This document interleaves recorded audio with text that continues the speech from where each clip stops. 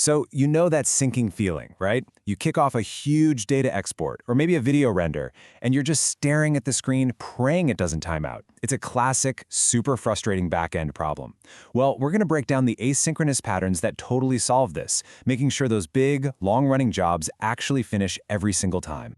And this quote, this is the entire philosophy in a nutshell. It's so simple but so powerful. The idea is, don't make your user wait. Don't block up the whole system. Instead, you just say, got it, hand them back a little ticket number, that's our job ID, and tell them to check back in a bit. It's like a claim check at a coat room. This one idea is the bedrock for building systems that are actually robust and can scale. Okay, so let's really set the stage here. The big problem, the villain of our story if you will, is what I call the timeout trap. See, when a client makes a request, it has a limited amount of patience. It is not going to wait forever for an answer. And that's exactly where your standard, everyday synchronous API calls just fall apart. And what kind of jobs are we talking about exactly? Well, think about anything that just isn't going to finish in a few seconds. We're talking processing a video, exporting a massive spreadsheet with thousands of rows, training an ML model, or even just running a huge bulk update on your database. If you try to cram any of these into a single normal request-response cycle, you're looking at a recipe for absolute disaster. So, the fix? It's all about a mindset shift. We have to stop thinking synchronously. What we really need to do is decouple the moment you ask for the job from the moment the job is actually done. And the simplest, most direct way to pull that off is with a really powerful technique called the polling pattern. Okay, so here's how the whole dance works. Step 1. The client calls an endpoint and says, hey, please start this job for me. Step 2, and this is the most important part. The server kicks off the work in the background and instantly replies with a job ID. Then the client just hangs onto that ID and, every so often, it pings another endpoint asking, hey, how's that job with this ID coming along? The server just keeps replying with the status, pending, running, until finally it says completed. At that point, the client knows it can go and grab the results.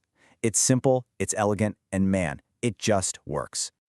Now, to make this whole thing work, you obviously need a tool to kick the process off. This is what the client calls first. It sends over whatever info the job needs, filters, format, that kind of thing.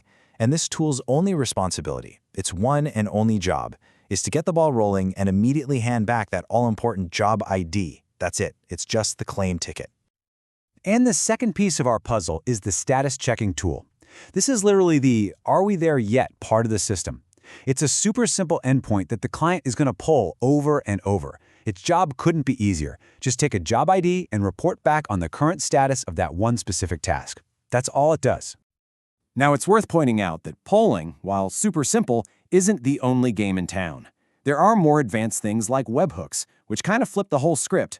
With a webhook, the server calls the client when the job is done. It's definitely more efficient, no constant checking, but it's also way more complex to set up. So for today, we're sticking with polling because it's so easy to implement and it gets the job done in most cases. All right, so we've got the basic concept down. The big idea is clear. But to actually make this work in a real-world production system, we've got to get into the nitty-gritty details. We need to talk about managing a job state, where we store all its info, and how to report progress in a way that's actually useful. See, every single job goes through a predictable life cycle. Think of it like a little story. It starts as pending, just sitting in a queue, waiting. Then a worker picks it up and it moves to running. And at the end of its journey, it's either completed successfully or, well, it failed. And of course, we need to have a canceled state for when a user changes their mind. Tracking these states is absolutely critical. So to keep track of that life cycle, you've got to store all this information somewhere. Usually this goes into a database or maybe a fast key value store like Redis. And what you're seeing here is basically the job's profile. It has everything you need: the unique ID, its current status, the progress percentage, timestamps, and of course, a place to put the final result or any error messages. This object becomes the one and only source of truth for that job. But you can't just keep this job data forever, right? Your database would explode. It's like digital hoarding. That's why a smart cleanup policy is non-negotiable. For instance, maybe you keep successfully completed jobs for 24 hours, so people have time to download the results. But failed jobs? You might want to keep those around for a week so you can debug what went wrong. It's all about keeping your system clean and running smoothly. And let's not forget the user experience here. Kicking off a job that might take an hour can feel like shouting into the void. just seeing a spinner is not great. That's why giving granular progress updates is an absolute game changer. Don't just show a percentage. Show them what step you're on, maybe how many records you've processed, and if you can, an estimated time to completion. It builds so much trust and just calms a user's anxiety. Okay, up until now, we've been pretty optimistic, living in a happy path world. But we all know that in the real world, things break. Networks drop, downstream services have a bad day, things just get stuck. A truly robust system doesn't hope for the best, it plans for failure right from the start. You know, failure isn't always a simple yes or no. Sometimes a job can be a partial success. Imagine you're importing 10,000 rows, and 9,900 of them work, but 100 fail. You don't want to call the whole thing a failure. The best way to handle this is with a special status, something like completed with errors. Then you give the user a link to an error log so they can see exactly which records failed and why. And what about those little temporary network blips? You definitely don't want to fail an entire hour-long job because of a 1-second glitch. The answer is a smart retry strategy, specifically with something called exponential backoff. It's simple. If an operation fails, you wait for, say, 1 second and try again. If it fails again, you wait for 2 seconds, then 4, then 8, and so on. You back off exponentially. This gives temporary problems a chance to fix themselves without you hammering the system. But what if a job isn't just hitting a temporary glitch? What if it's genuinely stuck in some infinite loop? To prevent these zombie jobs from just consuming resources forever, you absolutely have to set timeouts. This is your safety net. Maybe a data export should never take more than 10 minutes. A complex model training job could have a timeout of several hours. The point is, if a job hits that limit, you automatically mark it as failed and clean it up.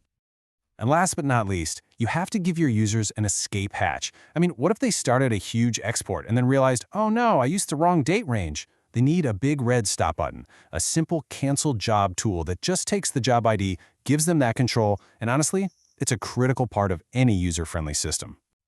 All right, we have covered a ton of ground here, from the basic polling pattern all the way to smart error handling.